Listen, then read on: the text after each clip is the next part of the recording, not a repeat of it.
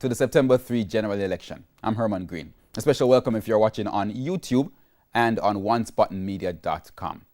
Now, we've been looking at the party manifestos. Last evening, we looked at what each is proposing to do in the areas of health and education.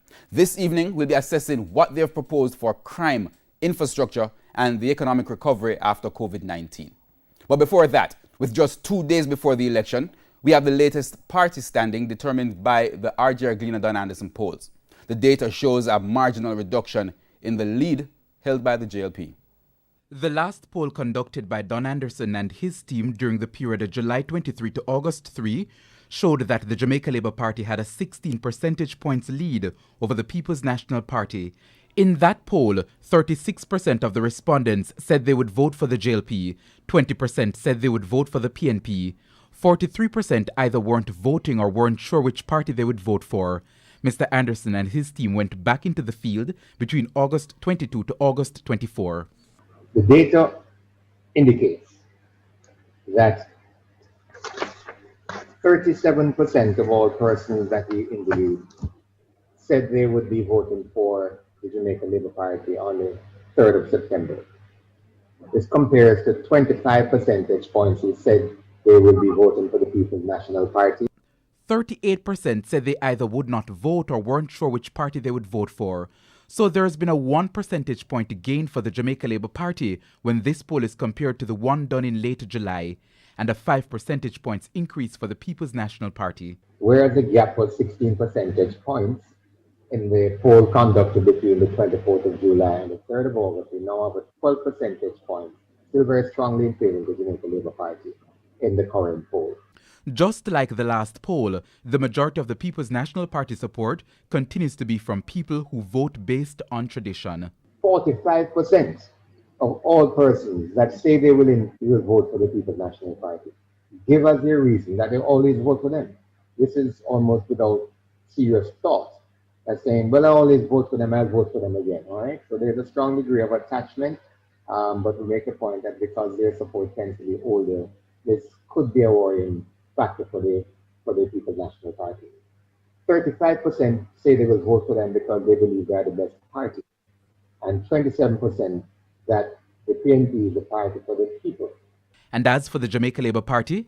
The most significant reason, most important factor that will condition people's minds for voting for the Jamaica Labour Party is that they believe that they can manage the country better. 41% of the persons that we interviewed said so.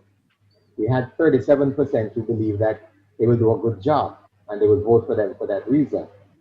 33% who said, well, it's the best party, and for that reason I'll be voting for the Jamaica Labour Party. Now back to give their thoughts, our social commentator Javian Nelson, Tijani Christian, he's the chairperson for the Commonwealth Youth Council, and Sanjay Lewis, co-host of the Morning Agenda on Power 106. Now, you can also join the discussion at home or wherever you are by using the hashtag Decision2020JA. Now, let's talk a bit about those numbers. Gentlemen, welcome back. Thank you. All right, I'm starting with you, Tijani. What do you think led to this change in the standings, increased popularity for the PNP?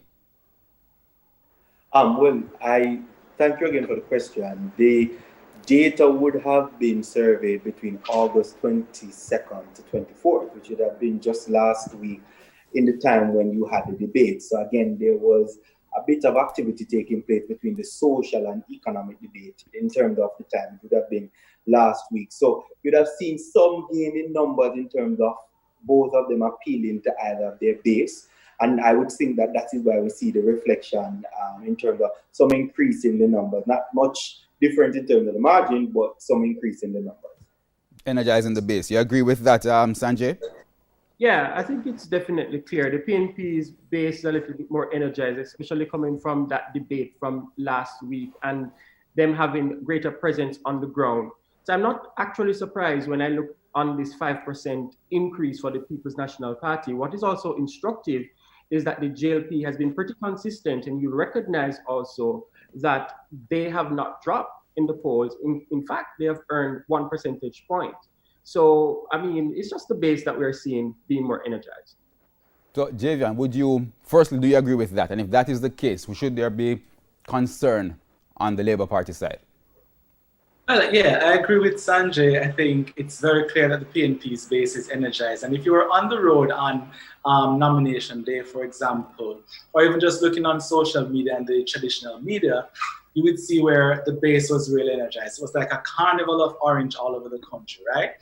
I think, of course, with the increase in support for PNP, and the opposition, the opponent should actually be a little concerned, and not be comfortable with this 37% points that they have in comparison to the PNP's 25%, because they are energizing. Quite a lot can change. With time is not necessarily on the PNP side, but it's important to recognize that they have been gaining ground, and so it's important for them as the opponents to really focus on their seats, and at the end of the day, it's going to be who is more organized in each constituency by division, by polling station, that might just get the winning.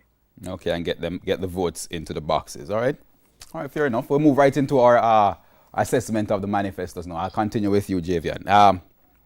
Crime and national security. Based on what you've seen in both manifestos, what do you think of them?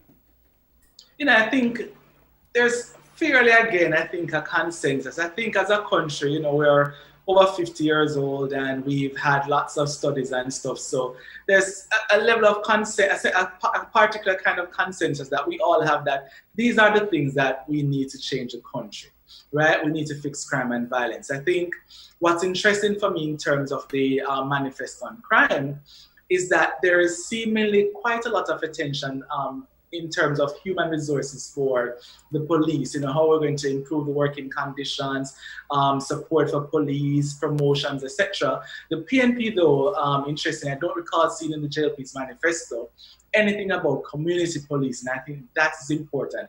If we want to go forward, if we want to address the challenges that we're facing, we have to have more better relationship between the citizenry and the police to really fix this issue.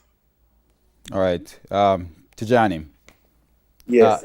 So thank you again, Herman. Coming off the question and Javian's statement, you see a clear direction in the PNP, the JLP rather, manifesto, and it's been said over and over. And even the Minister of National Security keeps saying it. We're looking at putting more into the infrastructure. We're looking at getting the more equipment. We're looking at getting more cars and different things that are needed, and building on the achievement that they rolled out, retrofitting police stations, and we've seen a number of that coming again, still that they want to build on that. But what we see is that it is coming off the heels of signing the national consensus on crime recently, and we see a lot of the nomenclature of community policing, intelligence policing, social investment coming out in the PNP's manifesto, which, like Javian says, takes more a people approach versus the infrastructure. So it's saying that we need to invest into the communities that we know that are hotspot areas. And we see a term being used in the PNP manifesto and even on their campaign and even in debates, talking about hotspot policing. Where are these areas that we need to target and make social intervention? And intelligence policing, that we want to ensure that whatever evidence is gathered, we have sufficient evidence that can, at the end of the day, that we don't lock up persons, but we can bring them to prosecution. And so if we can make a case, then at the end of the day, they're going to be back on the road. So that was a point being made very clear in the PNP manifesto versus the JLP.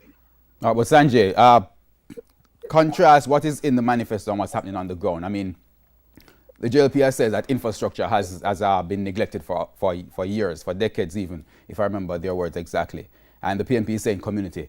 Do you think, which one of them you think resonate with people more now based on what's happening in terms of crime?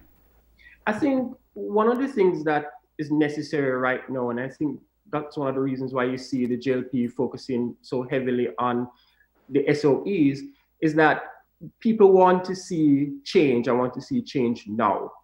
I think broadly, one of the things that must happen is that we need, and both parties you recognize talking about institutionalized change that is necessary, and it's a long-term strategy. But persons want to see something that will happen now and a short-term strategy. And I think one of the things that I recognize in the PNP's manifesto is that they're putting forward a 24-hour police patrol.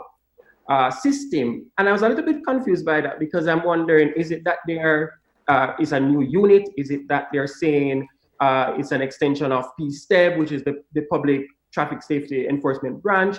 I wasn't particularly sure what exactly or where exactly they were going as it relates to that. But coming out of it though, I recognized that there was a long-term strategy, but there was also a short-term strategy to wrestle this issue of crime. The PNP, though, they have something that was troubling for me. They have to further incentivize police officers for gun recovery. And I question how would that be done? There are a lot of issues surrounding that. When you incentivize something like that for guns, police officers, you're heading down a slippery slope. All right, but let's take it as a package now. Do you think either of them, how feasible do you think each one is? I'll stay with you, Sanjay. Yeah, I think they're both feasible, with the exception of the incentivizing police officers, which is the question that I was asking about gun control. I think more generally, Javian mentioned that he didn't recognize community police in the JLP's manifesto, but it's actually there.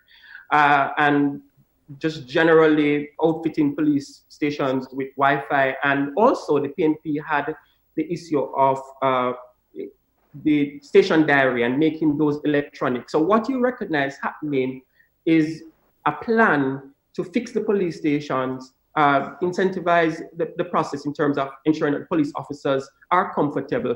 So it's something that is pretty reasonable, something that can be done. The question now is, will it happen? And that's one of the biggest concerns we always have, because you have these grand, simple things that can come to fruition.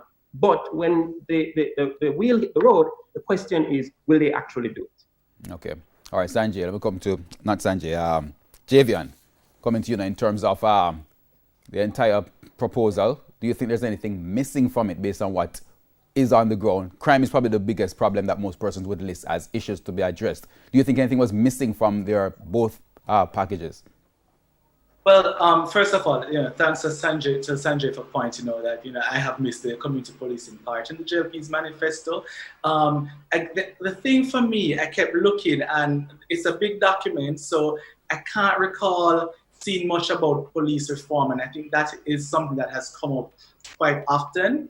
So there are bits and pieces. I think the challenge that we have with the two manifestos is that it presents lots of ideas, and perhaps what we have to begin to think about in the future is how do we put it together in a way that sort of shows a kind of theory of change, or how we're going to really get this thing done, what are we working towards, and here are the 5 or 6 steps that we're going to do to get to there. Because I think, as Sanjay said, they're feasible, the plans make sense. These are things, as I said, that we've been talking about. If you read all the criminologist reports and stuff like that, and if you listen to commentators and stuff, these are the things that we've been saying. Let's have intelligence policing, let's improve the security forces, let's improve the facilities.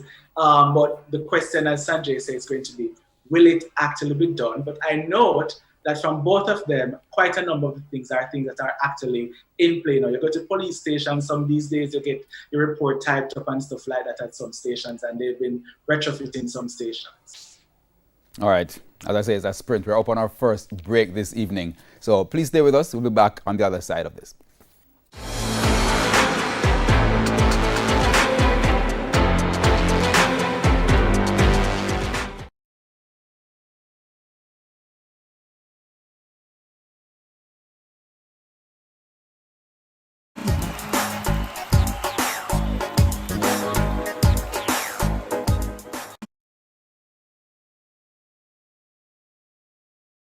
It's the big one. We are going to create the new Jamaica. This team is ready to rescue Jamaica. Reduce your risk of viral illnesses like the flu and coronavirus. Wash your hands frequently with soap and water. Cover your nose and mouth when coughing with a tissue and dispose of it. Avoid close contact with anyone with a cold or flu-like symptoms. If you become ill, please visit your doctor or the nearest health center and share your travel history. The flu and coronavirus can kill. Let's protect each other. A message from the Ministry of Health and Wellness. Welcome back to Decision 2020. This evening we're delving into the manifestos of both the Jamaica Labour Party, JLP, and the People's National Party, PNP. Thanks for staying with us. All right, we spoke about national security and crime before the break, but I want to move on quickly to COVID-19, the recovery. Sanjay, I'm going to start with you for this segment. Based on what they have put forward as in terms of recovery, I think the JLP manifesto probably focused a bit more, in my opinion, on recovery. In terms of COVID-19. How do you feel about both manifestos? Which one do you think stood out more in terms of a good recovery plan? I think, in my estimation, they were equally matched in my mind. The JLP, gave a little bit more detail, and what they tried to do with every area, they tried to attach something related to COVID recovery. One of the things that I recognized in the JLP's manifesto, which was instructive, is that they're focusing heavily on pandemic management. So they talk about training the police force so that they can and build out a whole, I don't know if it's going to be a unit, but specifically they're talking about pandemic and management of pandemic, etc. But when you look more generally at the economy, everything they try to tie to COVID and recovering and building. And, JLP would, in my estimation, get a slight edge as it relates to that. The PNP, on the other hand, they list a specific section about COVID and, talk about fixing some of the things that the JLP would have instituted and correcting some of the things. But more generally, I think they were, equally matched. Equally matched for you. All right, Tijani, what do you think about both of them on COVID recovery? Well, if we've been looking over the last few months, since COVID-19, landed in Jamaica, so to speak, a lot of what I've seen the JLP's manifesto is really things that I've seen them been doing. And they're saying, let us continue that in terms of building on stronger management, training, because there was some amount of training done during the time when COVID-19 started to, in terms of April into May, to have police being trained to at least handle certain situations. So what is happening is that they're saying we want to extend it more broadly because there is more to be done. We have more time. Let's recover and do so forth. So I'm not seeing so much of a difference in terms of some of the plans that they have action, because I think it's things that they want to just continue to do. I think the PNP, on the other hand, in terms of managing COVID, it's almost trying to match up. It's matching up what the JLP is saying, that these are our more refined steps. But both of them are listing steps that they want to do. But I don't see any big, because COVID-19 is so unique and evolving. The truth of the matter is that you're learning as you go. So you would have learned from what your opponent did and saying that I will probably, instead of using 3 steps, I may now use 4. And this is the additional one. Or you critique the other saying, step 1 could have been done better. So I'm seeing a lot of that coming out. But I will agree in terms of, I think the end game is clear in both. All right, I see what you're saying. But as you said, the government, they are actually playing it. The JLP party will be playing it as it comes along, while the PNP would have a chance to look and assess. Javian, in that respect though, would you... I'm going to lean back a bit to crime and national security, because a big issue with managing COVID as an issue was actually enforcing the rules that were put in place. Do you think going forward, the government, the JLP or the PNP, basically, do you think they should be tying the two together in order to really do a real recovery, security along with the COVID crisis? Well, I definitely think that enforcement of the rules or the protocols that's in place is an important part of managing COVID. And it's interesting to note, I think, that in the JLP's manifesto, there is something about training security forces around pandemic management, so that they're better able to address some of the issues that come up. Because I think we have to recognize that we kind of train our police officers for a particular thing, right? But I think at the end of the day, both parties are going to be in the same kind of predicament. It's basically 3 million of us. It's very difficult for any kind of strict enforcement around wearing masks all the time, etc. So it's going to boil down to personal responsibility of all of us. We saw yesterday, for example, the police was in half a tree and they said they were in other spaces. But no matter how many areas the police officers go, we are all going to have to play a role. But I think it's really good that something around, managing pandemic for police officers in terms of their training is going to, is promised. The other thing though is that where both manifestos is concerned, Herman, I think as Sanjay said, the JLP managed to kind of weave it into basically all of the areas. But I noticed that in the PNP's manifesto, they had a specific area on COVID, and it sort of looked at the more biomedical stuff in large part rather than everything as a whole, right? So, which is why I think you have all these questions, people asking them about how are you going to do X, Y, Z with all the challenges that we have with COVID. All right, I'll stay with you, Javian. In terms of the recovery package now, quite a lot of, for want of a better term, giveaways on the JLP side. What do you make of that in terms of recovery?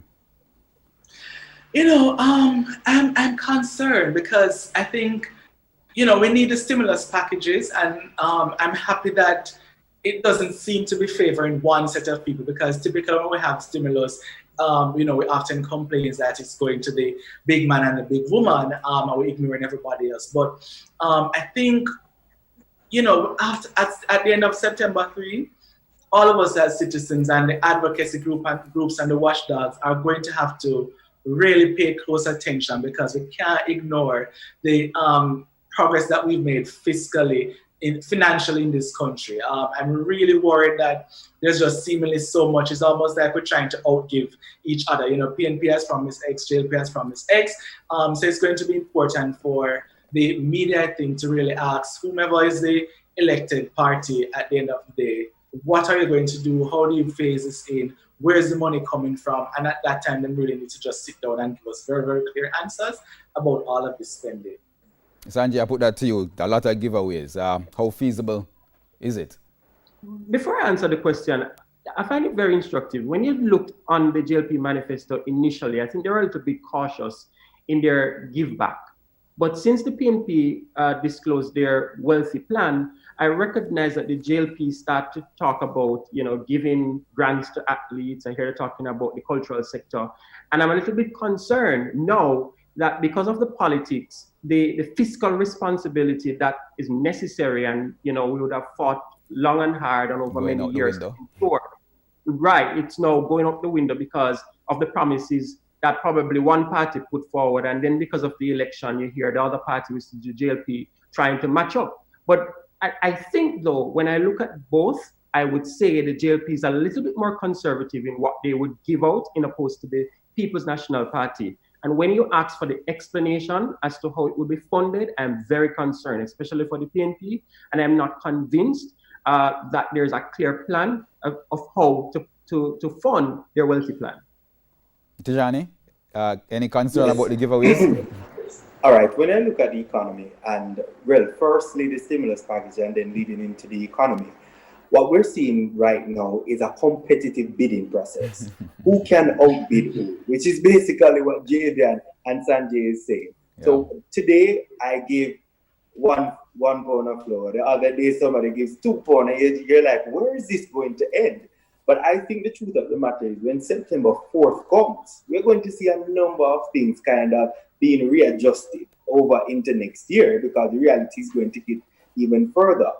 I agree with the conservative nature that Sanjay explained, because in the debate, which I looked back today with Mark Golding and Dr. Nigel Clark, I noticed that Dr. Clark, when in his explanation talking about capex and recurring expenditure, he basically topped off everything at $30 billion. And then Mark Golding explained that the PNP wealthy plan would have cost $70 billion, $15 billion coming from the surpluses in public bodies, and then $55 billion coming from the consolidated fund. But then the question is really going to be asked is, how do you really grow an economy? What is the end game of all of this stimulus package? And what I'm seeing mostly is that there's a lot of reallocation of resources, but not a lot of restructuring of economies. I see that the JLP explained that in their manifesto, I look at it, they want to invest more in the animation and film industries, which they pointed on logistics. PNP also said that they want to go particularly into agriculture, construction, global logistics, to stimulate that kind of growth. So there is reallocation, but there needs to be restructuring, and there needs to be obvious correlation that when you reallocate the budget, it is leading to a restructuring of the economy. Because where persons have now been excluded because they're unemployed, how do you reintegrate them? And then the third pillar, when we talk about economic growth, we need to look at how we do research and development. So there's a lot of solutions that are going to be coming out or needed at this time that the world is needing, whether developing countries, Jamaica, or anywhere.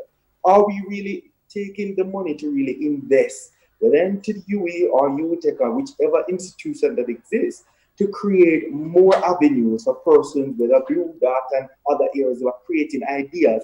What grants and funding are you really making available so that research and development activities can take place, so that we can see new solutions coming to the table? Because what COVID-19 has done, and we've seen it very evidently, is that developing countries, while they are grappling with COVID-19, developed countries are not playing it so well. So it means that developing countries have an opportunity to show themselves and say that there are solutions. We may not have some of the capital that you're talking about, but we have some of the raw material that we can, but the government now really has to see how they can include the creative industry, include further investment in agriculture that can stimulate, restructure, and stimulate the kind of growth that you need. Because remember, one of the key principles in economics is that growth is stimulated by technology and research and development. And I'm not seeing a lot of that coming out, which we need to see. Stimulus is important, but to what end? Because I'm seeing a lot of more social protection than it is the economic growth to create more jobs. All right, Javian, the packages, I just say, give some concern as it relates to giving and less about restructuring and so on. Javian, I'm on to Javian, right? But tell me, what are your thoughts? And we'll have Javian up in just a minute. Javian, if you're hearing me, what are your thoughts on... Javian, are you hearing me? Yeah, man, I'm hearing you. Okay, good. So your thoughts then. We are concerned about the giveaways and so on. Is there anything that jumps? All right, we're having some technical issues with Javian. Let me throw this one to you, Sanjay. We have the concerns about the giveaways. Is there anything positive, anything that's clearly good for in your opinion about what they have proposed here? Well, it's necessary that there is social protection, because when you have a pandemic like this, and many persons have said that there is no playbook for COVID, you have to ensure that the most vulnerable in the society are protected. So you find in the manifesto that there is that social protection. And you also find that both the PNP and the JLP try to ensure that they provide support for certain groups. More so the JLP focusing on specific groups, the PNP try to broaden it. To what extent we can broaden it and have it so broad is a concern for me. But I find that generally when you really drill down into the manifestos, they have really tried to ensure that the persons who are affected, there's some form of protection for them. All right, good. All right. Is Javian, you're hearing me clearly now? Yeah, man, I'm hearing you clearly. All right, good. Quickly, your thoughts on that, the positives that jump out at you from both packages. Well, for me, what intrigued me was that there was some amount of structure in the JLP one in terms of focusing on people who are most vulnerable and marginalized in our society. And I saw quite a lot about working with the Social Development Commission, for example, working through PATH, because I think at the end of the day, any kind of stimulus package has to have clarity. It has to be structured in a way that we know exactly how it's going to work and who's going to get, because the important thing for us to note is that it's not a bad thing to provide people who need it with the support that they need.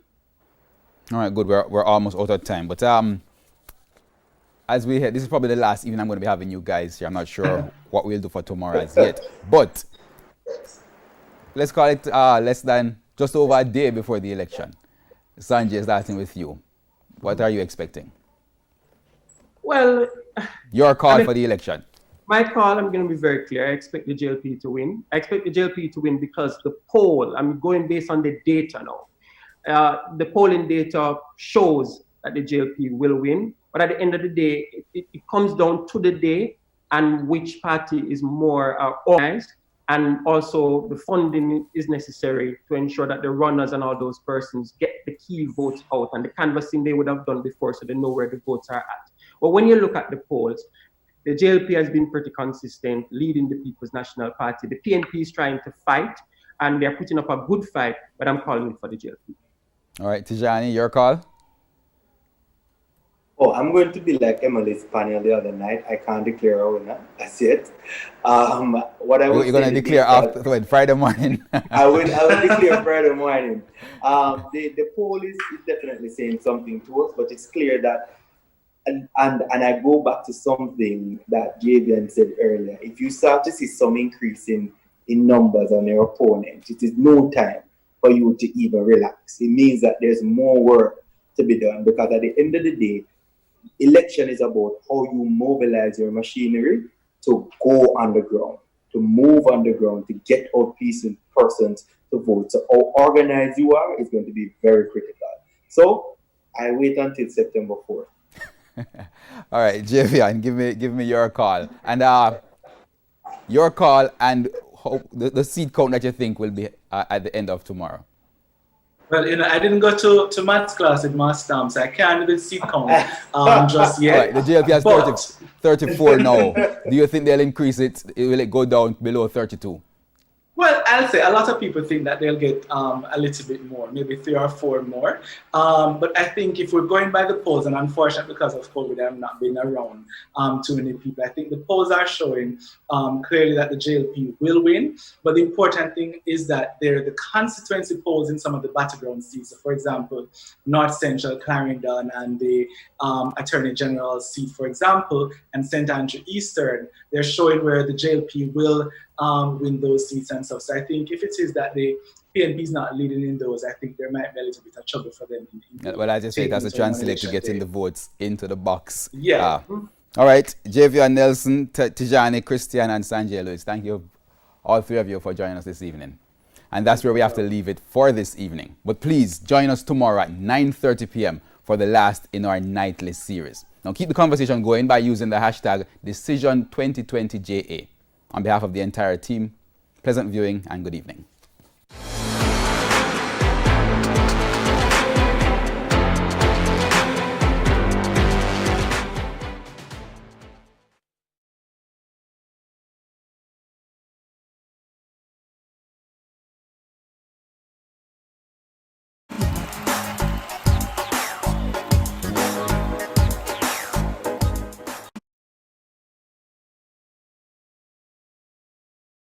It's the big one. We are going to create the new Jamaica. This team is ready to rescue Jamaica. Reduce your risk of viral illnesses like the flu and coronavirus.